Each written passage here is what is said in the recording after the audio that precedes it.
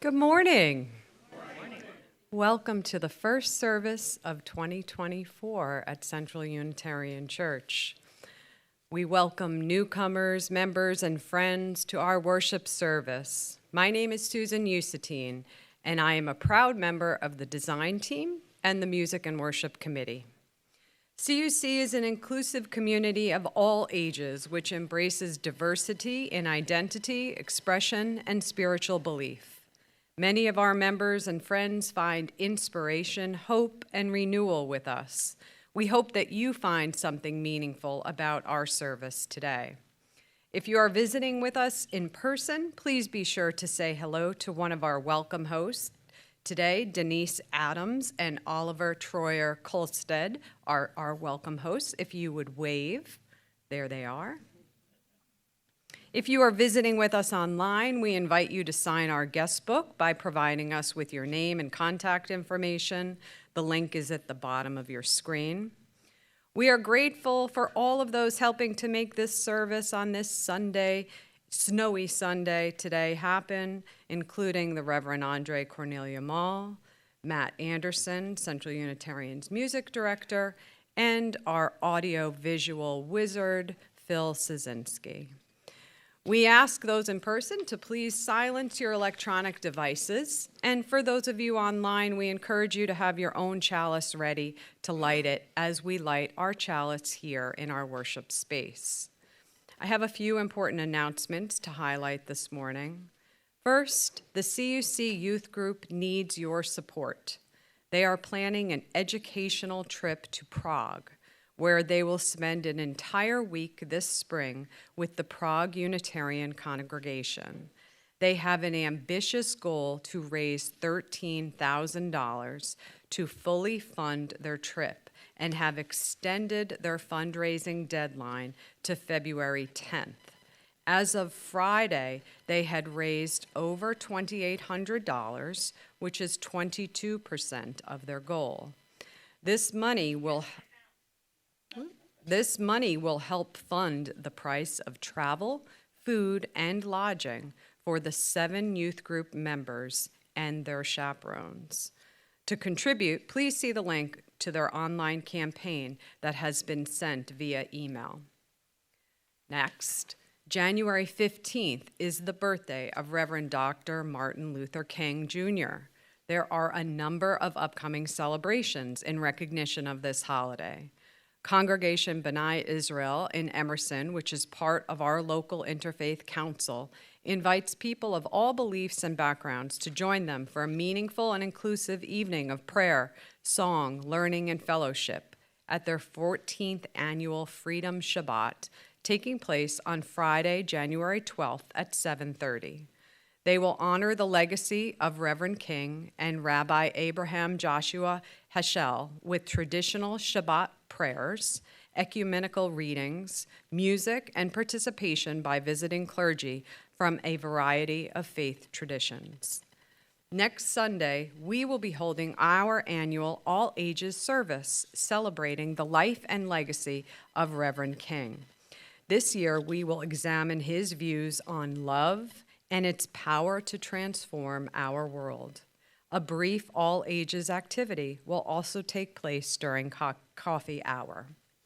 The Martin Luther King Jr. Birthday Committee and the New Jersey State MLK Commission present Our Shared Humanity, the 95th birthday celebration of Dr. King, on Monday, January 15th at 6:30 p.m. at Temple Emeth in Teaneck.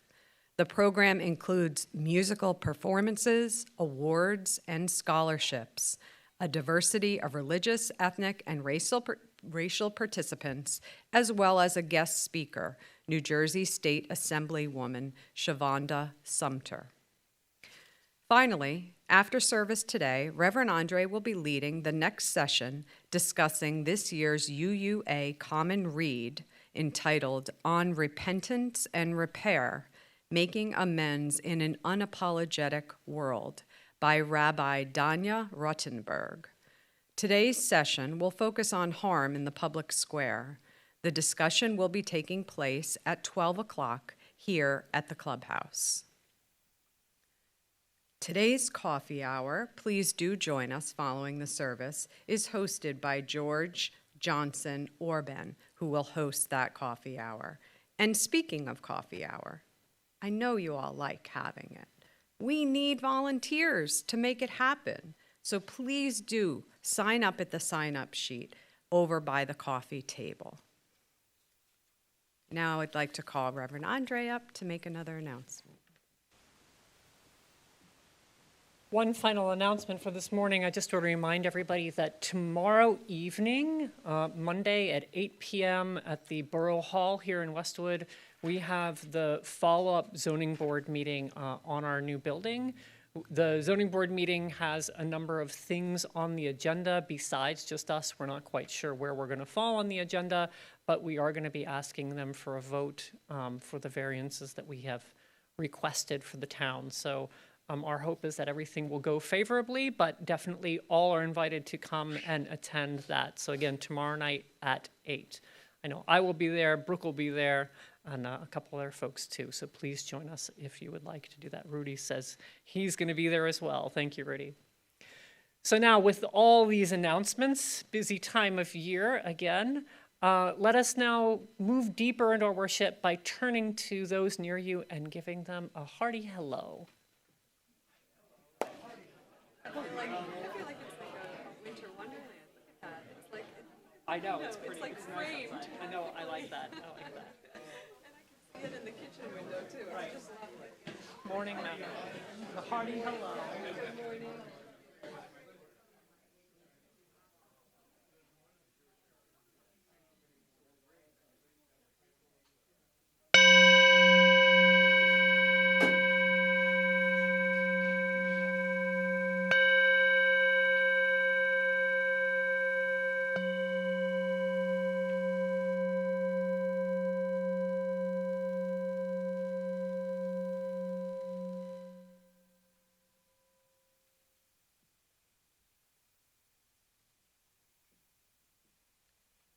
Our opening words this morning are by the Reverend Gretchen Haley.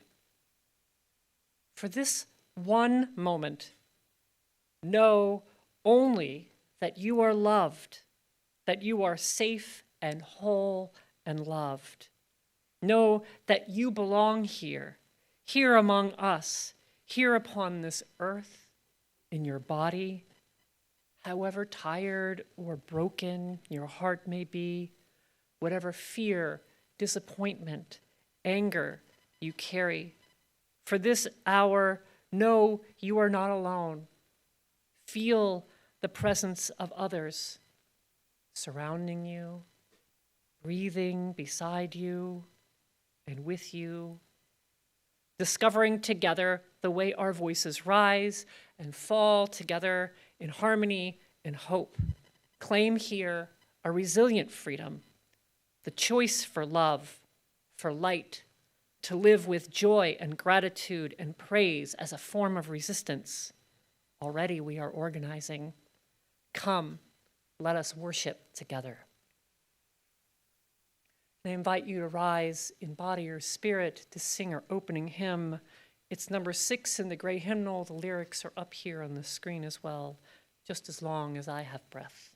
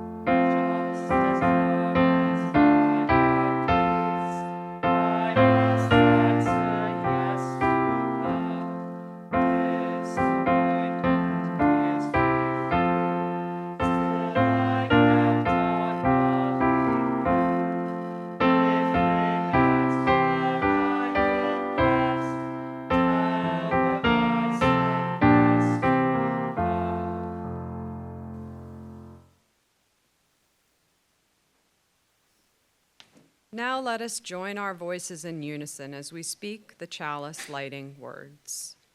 We light this chalice to remind us of our dreams, to nourish our heart, mind, and spirit, to work towards a better world for all, to embrace the whole of our human experience, to honor our past and our gifts of the present, to create a community where each of us may find healing, transformation, and hope.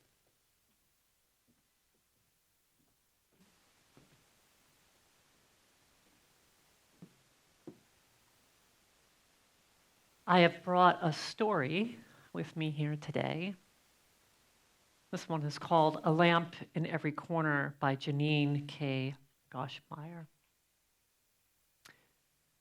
Many years ago in the land of Transylvania, in a mountain valley watered by quick rushing streams and shadowed by great forests of beech trees, there was a village of small wooden houses with dark shingled roofs. The people in the village were of the Unitarian religion, and they wanted a church of their own. A church set on the hillside, they decided, looking down upon the village as a mother looks down upon her sleeping child. So all the people of the village labored long and hard to build themselves a church. The stonemasons hammered sharp chisels to cut great blocks of gray stone, then set the stones into stout and sturdy walls. The glaziers made tiny glass panes and fitted them neatly into windows with leaded lines. The foresters saw tall beech trees into enormous beams and laid the trusses for the ceiling, then covered the roof with close-fitting wooden shingles that wouldn't leak a drop of rain. The carpenters carved wood for the pair of wide opening doors, setting them upon strong pegs so that the doors hung straight and square. A bell was brought from a faraway city, then hoisted by ropes with a heave and a hoe to the top of the tower. The weavers wove fine cloths for their altar table, cloths embroidered with flowers and edged with lace. The smiths hammered black iron into tall lampstands and hammered with bronze into shining oil lamps. Finally, when the building of the church was done, the painting of the church could begin.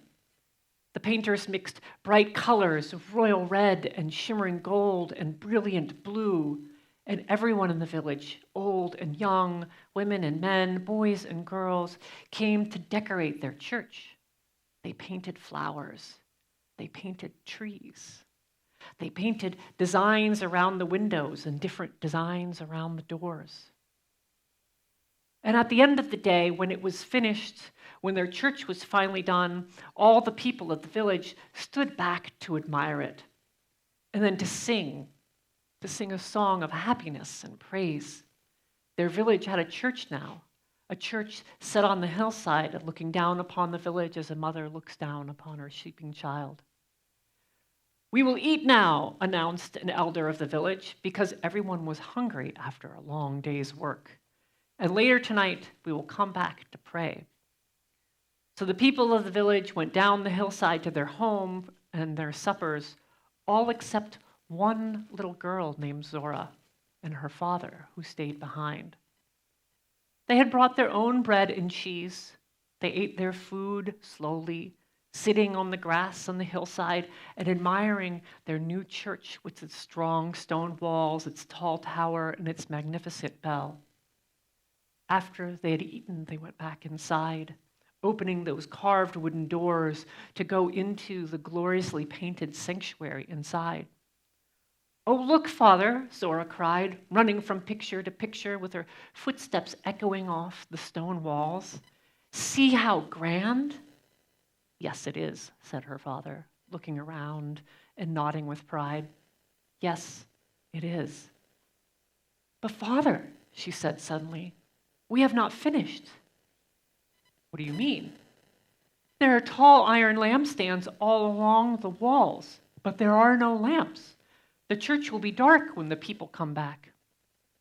"Oh no, little one," said her father. The light of the church comes from its people. You shall see. He rang the bell to call the people to worship, then took his daughter by the hand and led her back outside. They waited on the grassy hillside next to their beautiful church of strong gray stone. The sun had set behind the mountains and the night was coming soon. Yet in the growing darkness, tiny points of light came from many directions and moved steadily up the hill. See, her father explained, each family is entrusted with a lamp, little one. Each family lights its own way here. Where is our family's lamp?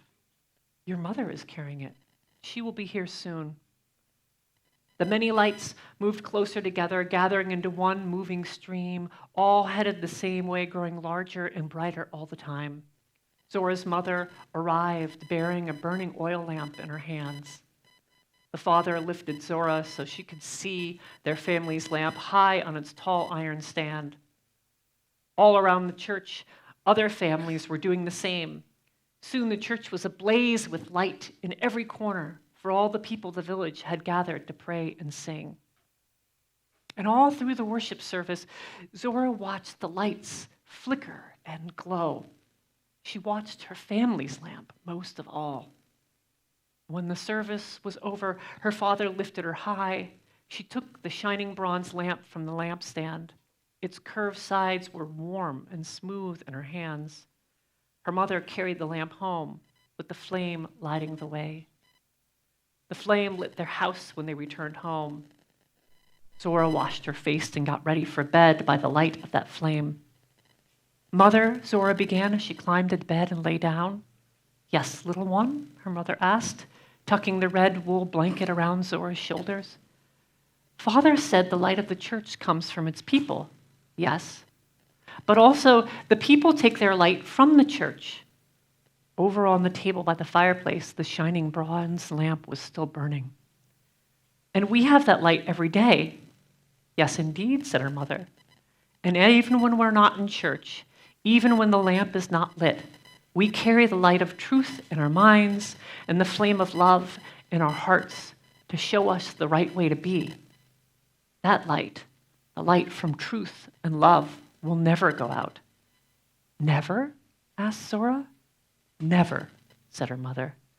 And this bronze lamp will last for many, many years. When you are grown, we will give the bronze lamp to you. And when your children are grown, you will give the lamp to them. And all of you will carry it back and forth to church every time. But there's only one lamp, Zora said. So make another and let the light grow. And someday tell your children to make their own lamps too. And now good night, her mother said, and kissed Zora once on the cheek, and once on the other cheek, and once on the forehead. Zora closed her eyes and drifted into dreams, while her mother looked down upon her sleeping child. The years passed and Zora grew.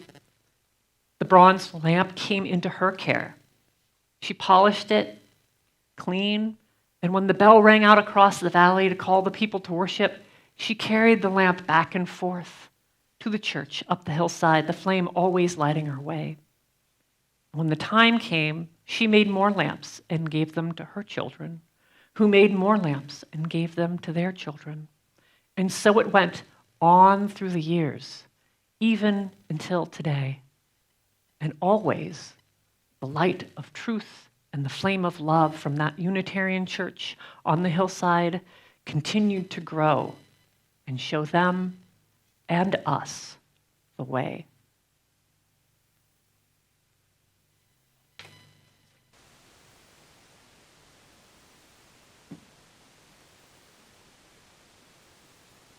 We are able to fulfill our mission through the generous contributions of our members and friends.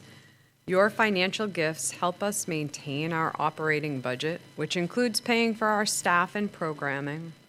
If you are able to make a financial contribution today, your gift will help ensure that CUC continues to be a vital part of our lives and this community. Our offering will now be gratefully received.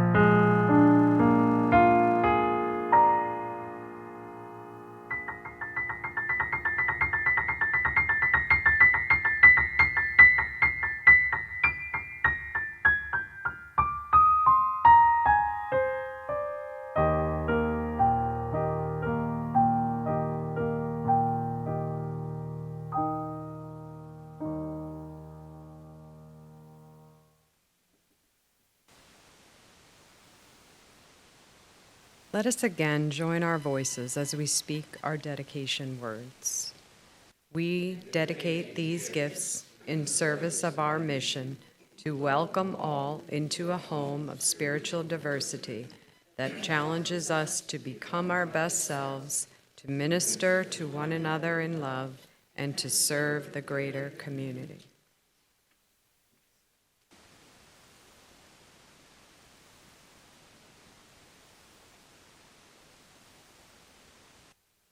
Now we have a time of meditation where we share together the joys and sorrows of this community.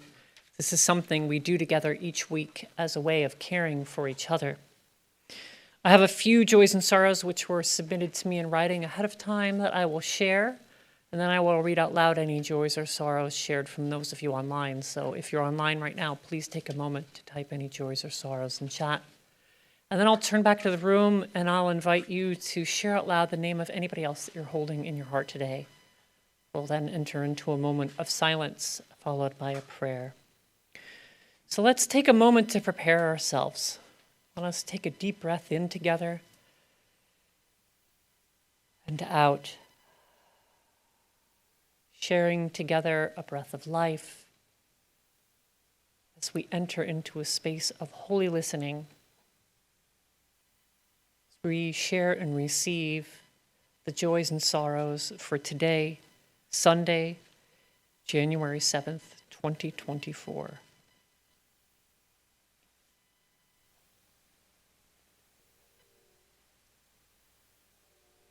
And for all of our joys and all of our sorrows that we have shared here today, both spoken and unspoken, let us now hold them together in love as we enter into a moment of silence.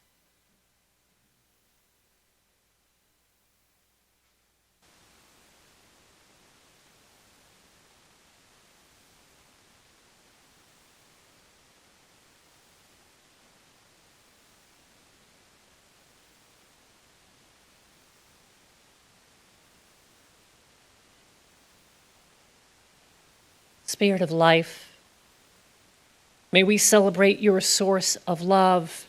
May it emanate through us. May we feel your love for us. May we know that each of us are worthy of and deserving of love. And may we be the embodiment of your love, the love we share with each other and all other human beings and with all living beings. So may we liberate ourselves from the hatred, violence, and suffering, and so may we transform ourselves and the world. Blessed be, and amen. And I'll invite you to remain seated for our next hymn. There is More Love Somewhere. This is going to be our monthly hymn, so we'll be singing this in this place every Sunday this month.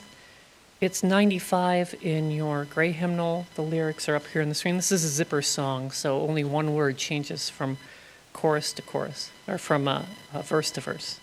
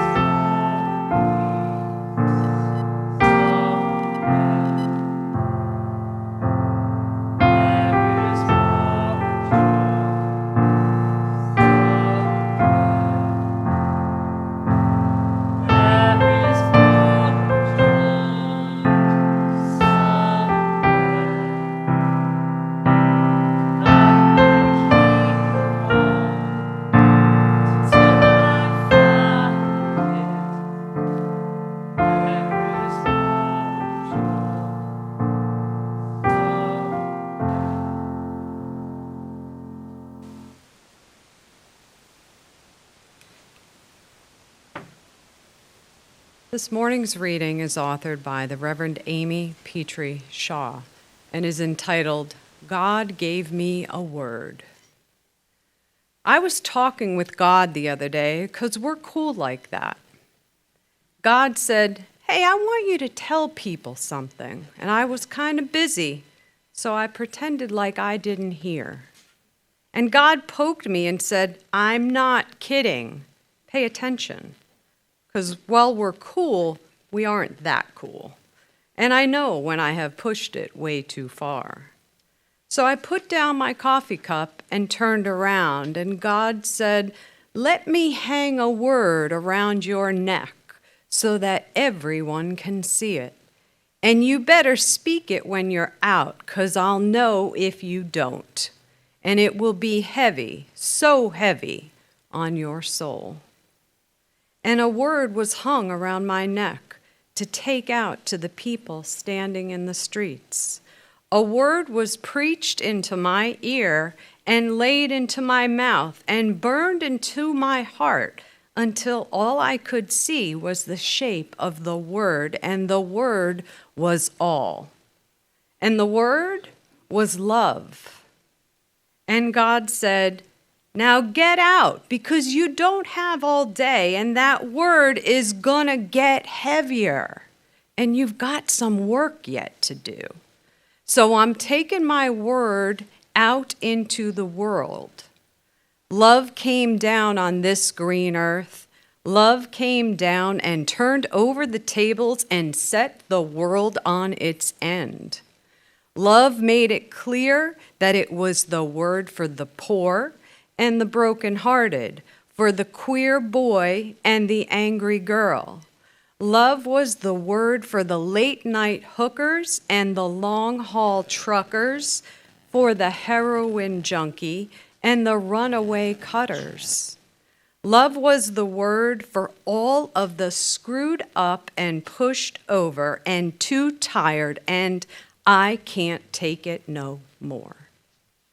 Love was the word for the HIV patient and the man with no papers. Love was the word for me and for you, for the saints and the sinners and the scramblers in between. Love came down and made a way for there to be a way, and then love said, we are never going back. He who has ears, let him hear. Love said, we are all a part of something bigger.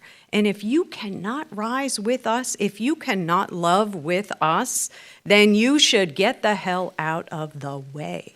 Because we aren't going anywhere, and you are in the path. He who has ears, let him hear. Love came down for the world to know, and I'm holding out this word, so even when you are God, and just like that, you can't pretend you didn't know, I cannot put it down. Not for a politician spewing hatred, not for a minister vomiting out bile in the costume of a saint. Not for money or for country or for kin. I'm holding my word in my mouth. 'Cause the next time I see God, I want to be able to say, you gave me a word and I carried it just the way you asked. You gave it to me and I took it. I showed it to everyone I met. You gave it to me and I showed it to her and to Jer and to Z and to him. I showed it to them and they and those over there.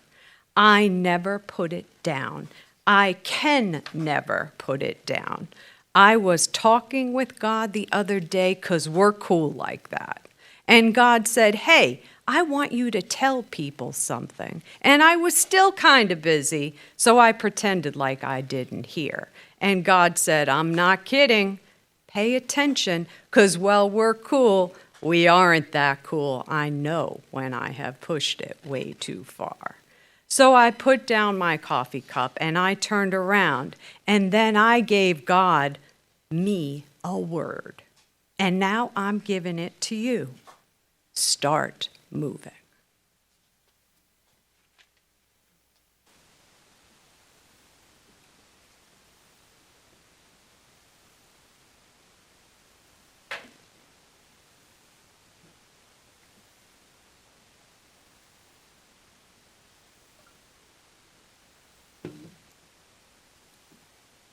I grew up thinking that love was only to be found in romantic and familial relationships. I didn't realize until well into adulthood that I'd actually, in doing so, confined love to a very small box. These were, after all, the only forms of love that I thought I'd heard expressed in our culture.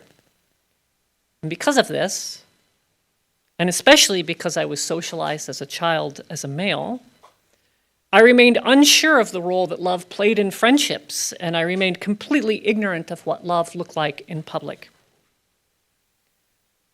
The theme of our month here at CUC is Liberating Love, and that's love with a capital L. One far beyond the love my younger self had confined to that small box. Now, I've shared various definitions of love in my time as minister here at CUC. And one of my favorites, which I've shared before, comes from Krista Tippett, who's the host of the former NPR show On Being, in which Tippett interviews guests on the topics related to spirituality and religion. Love is one of the consistent themes that shows up in her show. She has a book called Becoming Wise, where she writes about some of her experiences in the show. And in this book, she offers the following definition of love. Love is perhaps the most difficult task given us, the most extreme, the final proof and text for which all work is only preparation. Love is the superstar virtue of virtues and the most watered-down word in the English language. I love this weather. I love your dress. And what we've done with this word, we've done with this thing, this possibility, this essential bond, this act. We've made it private, contained it in family when its audacity is in its potential to cross tribal lines. We've fetishized it as romance when its true measure is a quality of sustained, practical care. We've lived it as a feeling when it is a way of being. It is the elemental experience we all desire and seek most of our days to give and receive. It's quite a definition. Love is a way of being, not just feeling. Love is an elemental experience, she calls it. And that's what comes to mind for me when I speak of love and when I think about our theme for this month. And it also comes to mind to me when I see it included in the latest articulation of our UU values as proposed by the UUA Article 2 Study Commission. And again, we as Unitarian Universalists, because we are not a creedal faith, have always asked throughout our history what holds us together. What are the things that we have in common? And we've had different articulations of that. And the latest attempt is this study by this proposal by the Study Commission. And so they've given us these values. And Phil, if you can put the flower slide up. This is one that those here have seen before. This is the latest articulation of what are our values as Unitarian Universalists. And as you can see, they've been drawn as a flower with love at the center. And as the Study Commission's proposal states, this is where the love comes from. They say, as Unitarian Universalists, we draw from our heritages of freedom, reason, hope, and courage, building on the foundation of love. Love is the power that holds us together, and it's at the center of our shared values. We're accountable to one another for doing the work of living our shared values through the spiritual discipline of love. Again, as we heard in our reading, and as we hear in this definition, and as we heard from Krista Tippett, love is a way of being. It's something we practice. It's not just a feeling. Now, I think that naming anything, much less love, as the center of our values offers us a new stance as Unitarian Universalists in this century. Because our existing principles and sources, which we've used to guide us and kind of define us for the last 40 plus years, doesn't offer us any particular center. It exists as a list without one specific item above any of the others. And in addition to that, love itself is never mentioned once in our existing principles. The word love isn't in our principles at all. And in naming our sources of inspiration, it's only mentioned when naming Jewish and Christian teachings which call us to respond to God's love by loving our neighbors as ourselves. So this guideline we've been using for the last 40 plus years hasn't really had love in its center. So as congregations have discussed this new proposal that includes this image, people have questioned, why even put anything at the center? And if we name anything, why is it love? Should we put something like justice in the center? And I've even heard these questions asked by some of you here at CUC as you've been looking at this proposal, and so we've shared it over the last few months. And I believe this shift is one of the major examples of how our current principles and sources are actually lacking in a powerful articulation of who we are. The response to those questions I just mentioned are beautifully articulated by my colleague, Reverend Tess Baumberger. She writes, describing this image, at the center of this image is love, that heart of universalism, that eternal and all-conquering force. Around it and from it flows the values that express that love. This love that sits at the center of this image is not sentimental love or romantic love. It's a love we grow in our communities, a deep and abiding love that affirms our worth no matter what we do or don't achieve or believe. This love is a belief in ourselves and in one another that nothing can rip apart. This love affirms our interdependence. It is a love that says we all deserve to be loved, whether we have hurt or have been hurt or have hurt others. For some of us, the love at the center of this image includes a divine love that holds us tenderly and tightly. It is a fierce, protective, and liberating love. It is a hopeful love, a love that inspires people to goodwill and sacrificial spirit, to overcome evil, and to make this earth as heavenly as possible, just and equitable, pluralistic, affirming all people of all nations, all races, and all creeds. That was all one quote I just read there. All of that is a way to describe this one word in the center. And I think her response, Reverend Baumberger's response, underscores the premise of the Study Commission's proposal that our values and our heritage are built on a foundation of love. And yes, our heritage is built on a foundation of love, and nowhere is this more apparent than in our Universalist heritage. Now, as a reminder, the Unitarian and the Universalist merged in the early 60s. This congregation was founded as a Unitarian congregation. The two denominations came together, and we now call ourselves Unitarian Universalists. But that means that some of us modern UUs don't necessarily know how Universalism has influenced us as a modern movement. Because our Universalist ancestors held this heretical notion that all were saved and no one was damned to hell because God is love. Scripturally, these ancestors derive this directly from the Epistle of John, which says, "Beloved, let us love one another because love is from God. Everyone who loves is born of God and knows God. Whoever does not love does not know God. God is love. Beloved, since God loved us so much, we ought to love one another. No one has ever seen God, but if we love one another, God lives in us, and his love is perfect in us." In other words, through love, we can know the divine, and the divine lives within us, and therefore let us love one another. In this way, Universalists proclaim that we were instruments of God. And this was a direct reaction to some very prominent Calvinist doctrine that existed in the Western world at the time that proclaimed that human beings were deprived, in their very nature they were sinners, and opponents of early Universalism proclaimed that a theology based on love and everybody being saved would result in human beings running amok, doing nothing but focusing on their own self-interest.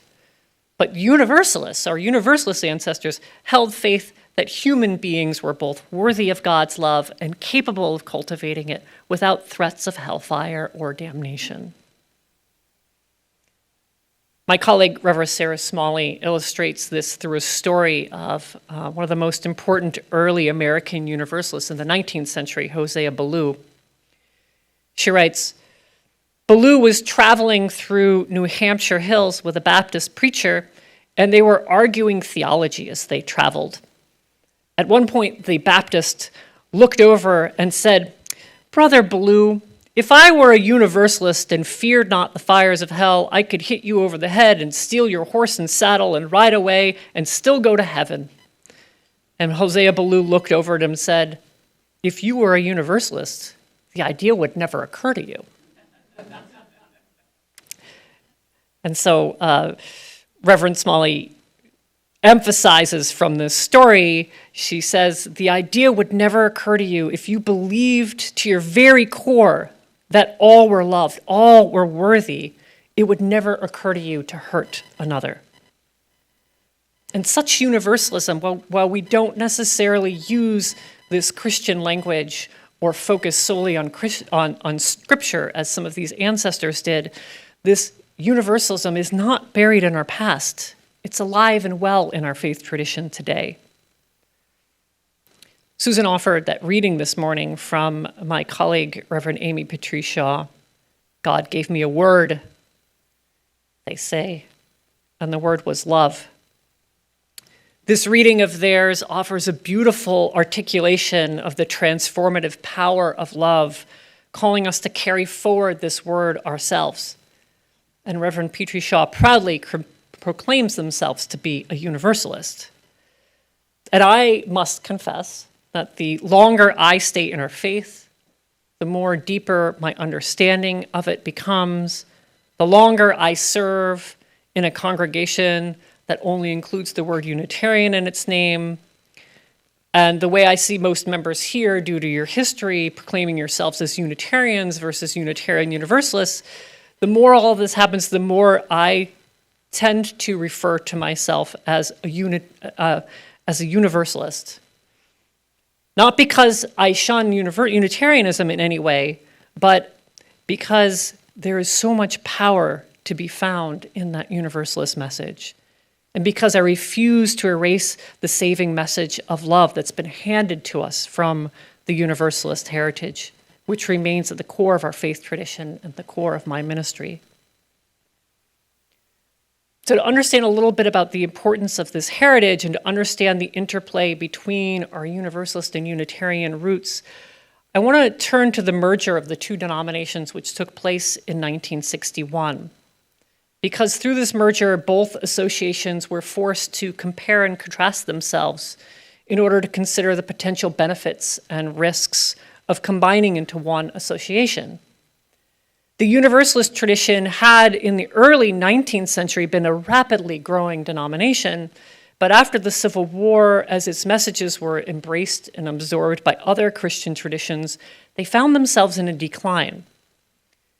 And in 1944, about 15 years before finally merging with the Unitarians, the Universalists had applied for membership in a Christian organization known as the National Council of Churches that still exists.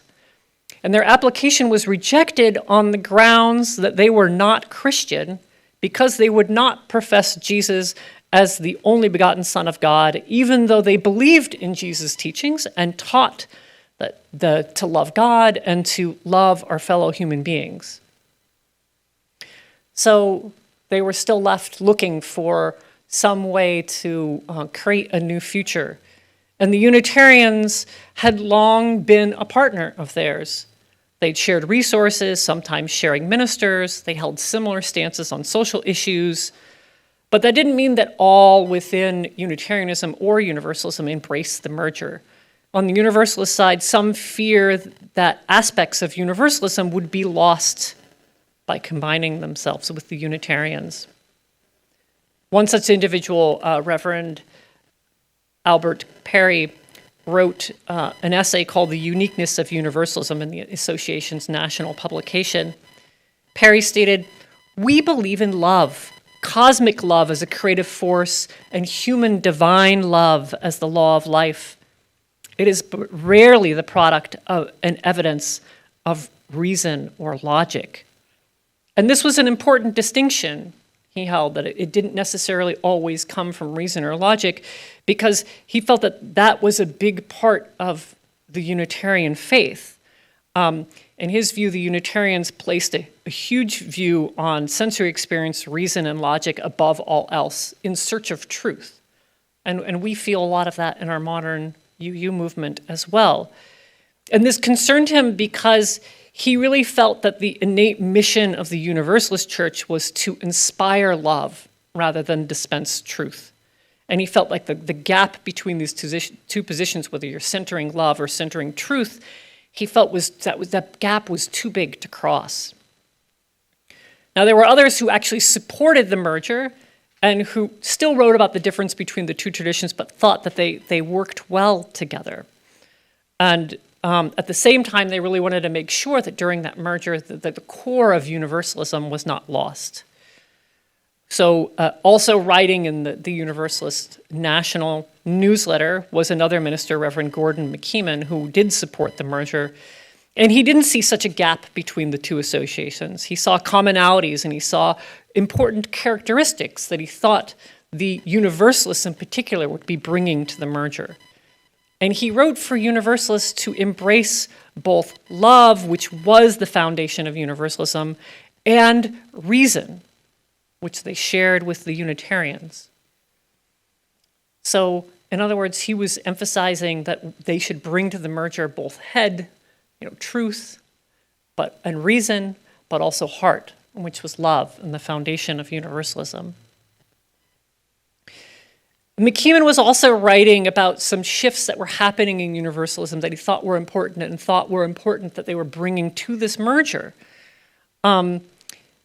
Initially, as I mentioned, Universalists, that name came from this idea of universal salvation. Everybody would be saved and go to heaven. And over time, we have shifted away from a direct focus on Scripture and a focus purely on Christianity. And there was more and more of a focus on love. Love, after all, can transcend beliefs and traditions and can hold together a variety of diversity of people.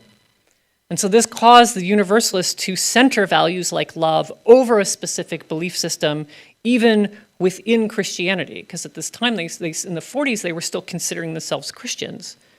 So I want to show the image of Universalists at the time. So this was the Universalist image at the time. And notice the Christian cross, they're considering themselves Christian. It's not in the center. It's off center. So this almost seems to verify what this National Council of Churches said, which is you're not really Christian, is you're centering something else. And what they were centering was love. That circle, one of the ways you can see that circle is about Universalist love, which they saw encompassing all, not just Christianity, but encompassing all. Because they understood that while Jesus' teachings may have been a source of love for Universalists, many of them saw that these insights were shared as universal truths with, quote, most of the world's religious traditions. So, McKeeman wrote, we begin to find a new and promising mission for our ancient and honored name. In other words, as the merger with the Unitarians approached, the Universalists found a new meaning for their name.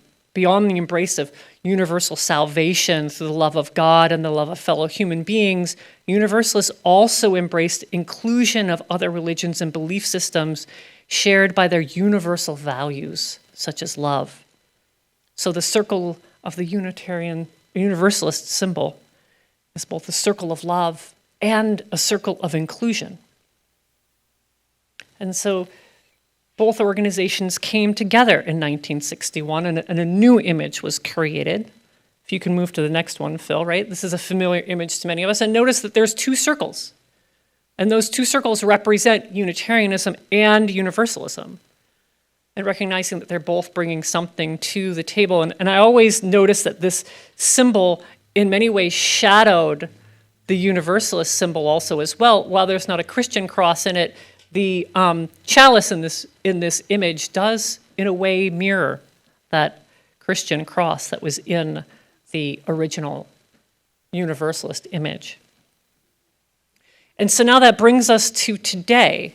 Can you go back to the flower image, Phil? So I've shown those three images, right? The other two were association symbols, and nobody's suggesting that this becomes the symbol of Unitarian Universalism. Our flaming chalice remains that, but this is still a symbol of us articulating our values. And I still see a lot of echoes of many of the things that I've been talking about today in this image, right? There's still the centering of love, and there is still the inclusiveness of that liberating love. And given our heritage, I'm proud to find love placed prominently in the center of the newest articulation of our values. Because without it, I fear that the other values that we see along here, as great as those values are, I feel that without love at the center, connected to each of them, they would lose their theological depth and their generosity of spirit that comes from our all-embracing, all-loving, inclusive faith tradition. And I feel that by putting this in the center, like the story we shared earlier, each person brings a light to the church, and each person brings a light out into the world. And the same light radiates outward into the community where the church is built. And this light represents truth and love that's handed to us from both our Unitarian and Universalist ancestors. And by centering love, by naming it as the foundation of our heritage, it allows us to more intentionally and prominently shine a light for all. Centering love, as in the end of our story that I shared earlier, allows that light to continue to grow and show us a way forward.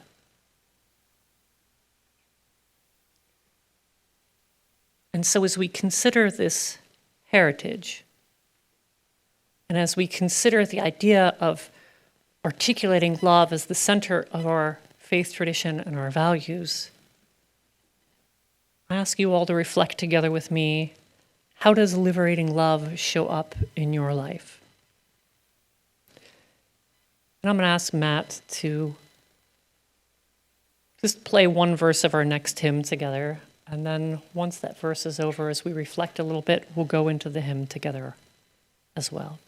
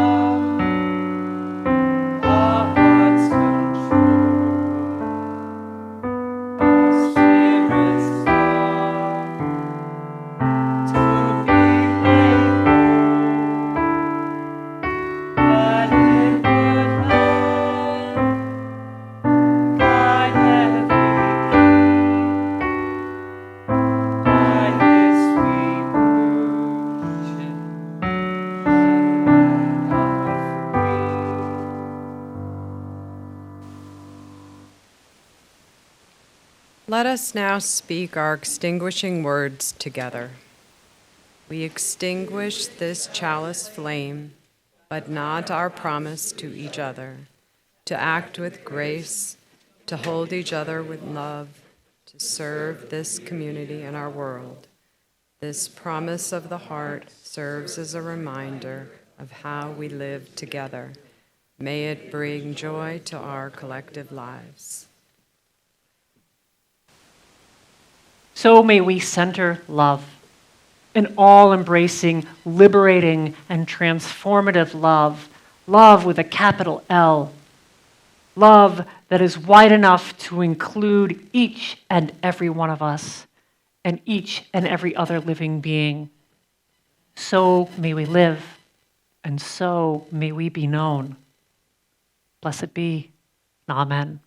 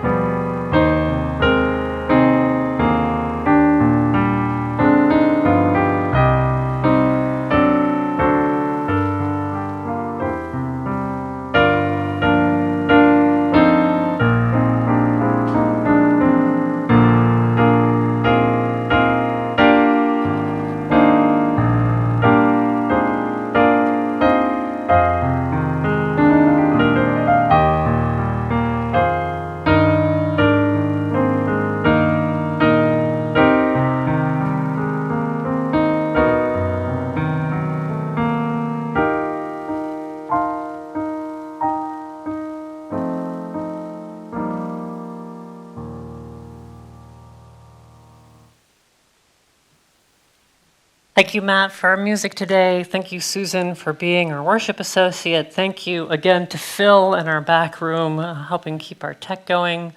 Please do stay for coffee and connection in this space.